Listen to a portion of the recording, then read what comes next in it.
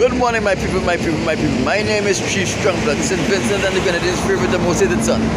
I am the diaspora machismo. My people, I've just finished with protesting, so I'm going to get ready to do my videos now. Talk to you in a moment. My people, I'm back. You know when I'm finished protesting, and I finished give you a brief update as to what occurred on my protest. It is always my delight and my privilege to bring you something from the Most High God. And my people, let me give you an experience I had yesterday.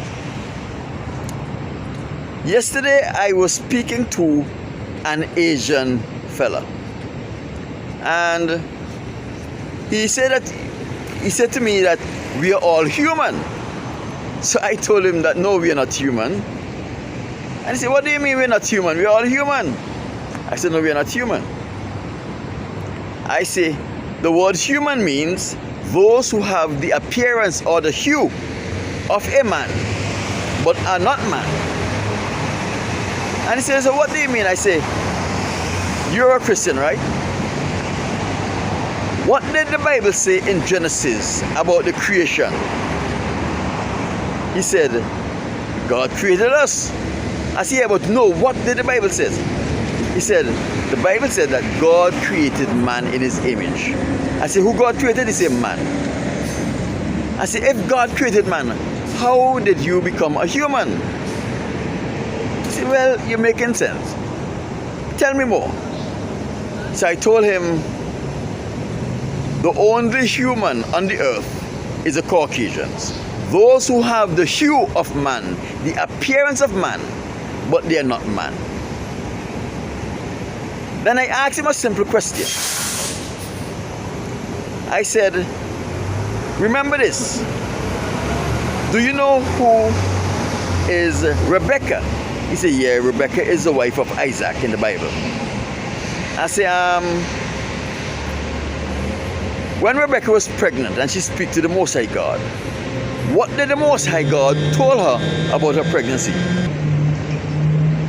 He couldn't really remember what he said, told her about her pregnancy. So I refreshed his memory. He said that 2 nations is within your womb. He said, yes, he did say that to her. So I asked him another question. I said to him, if Jacob had 12 sons and 1 daughter with 4 different women, and they were one nation, the Israelite nation, how is it Rebecca is now pregnant with twins from her husband Isaac, and they are 2 nations? He looked at me and he thought for a little bit, and he said, I don't understand, how is it possible? Because he knew what a nation was, because I asked him that. So then I go ahead to explain to him.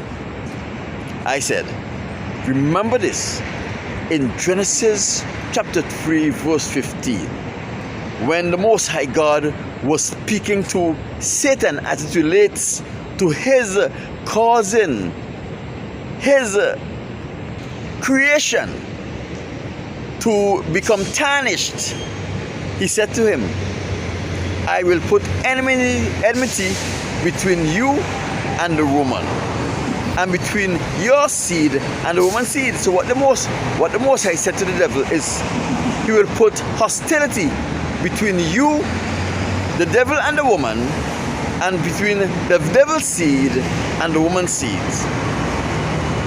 So I asked him, what do you think that means? He said that God's children and the devil's children would always be at war.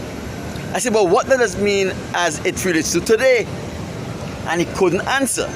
But he perceived that this is what the Most High God was saying to Satan, because that is clear. So I said to him, the only reason this could ever happen is what happened with Rebecca. I said, you see, when the Most High said to Satan that his seed and the woman's seed will be at enmity, it was a false prophecy that was ever given in the history of the world. And Rebekah's pregnancy with Esau and Jacob marked the fulfillment of that prophecy. He attentively listened as I spoke to him. So the only reason Rebekah could have been pregnant with twins, and those twins represent two separate nations, meaning they had two different progenitors, is because Jacob was the son of Isaac, but Esau was a son of Lucifer. He said, how is that possible?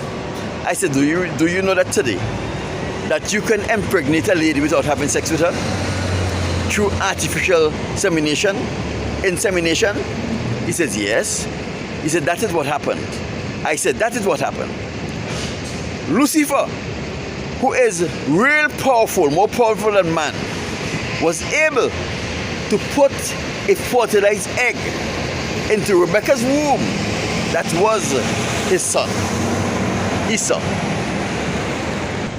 I further told him that if Lucifer had fertilized one of Rebekah's egg, then it would have been the seed of the woman, and it would have not been the fulfillment of that prophecy in Genesis chapter 3 verse 15. But because it is the fulfillment of the prophecy, it means that Lucifer inseminated or put an egg in Rebekah's womb,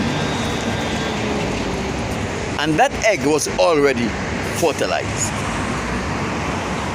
I also brought to his attention that, remember, when Esau was born, they saw it fit to give you a description of Esau. And the description of Esau is a description of a Caucasian.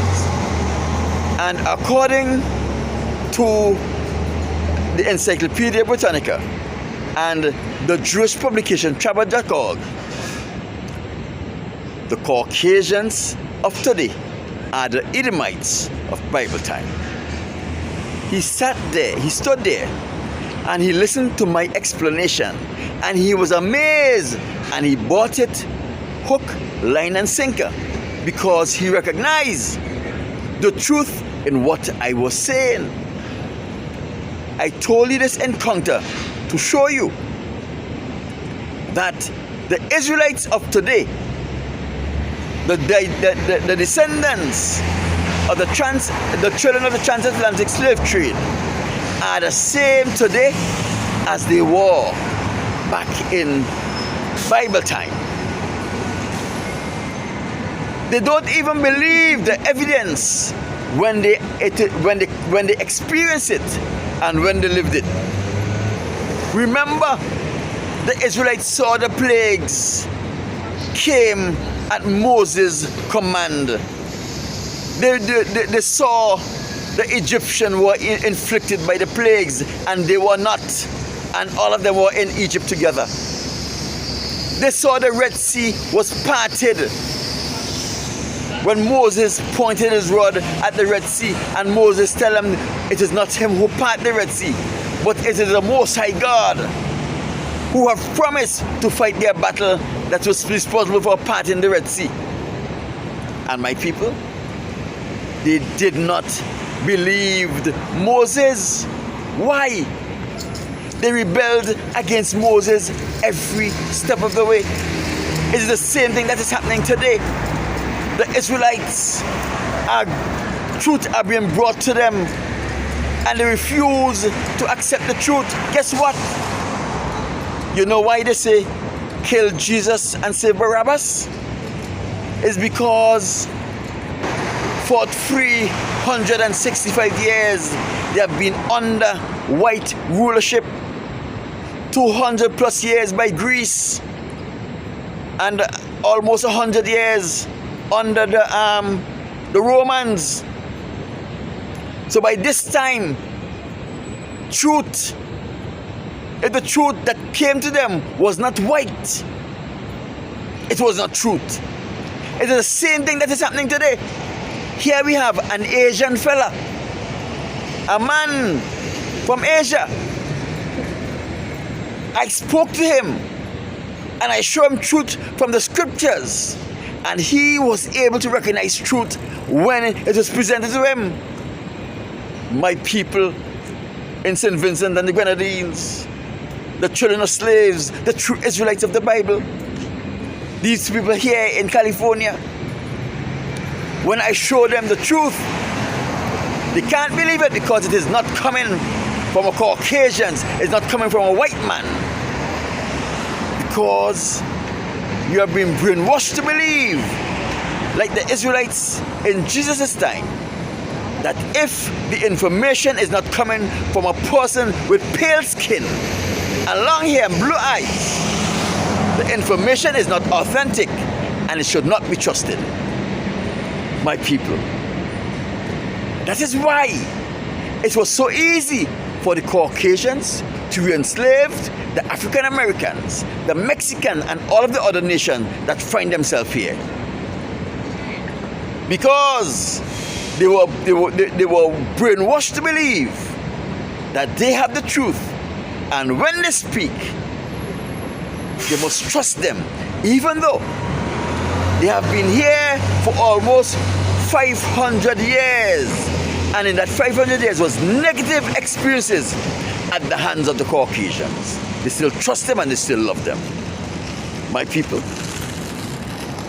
the Most High said he didn't choose us because we were many in numbers. You know why he chose us? Because we was too stupid to make it without him. That is why he chose us. It didn't say that in the Bible, but that is the reality. That is the reality. My name is Chief Strongblood. I am St. Vincent and the Grenadines' favorite and most hated son. I am the Diaspora Machismo.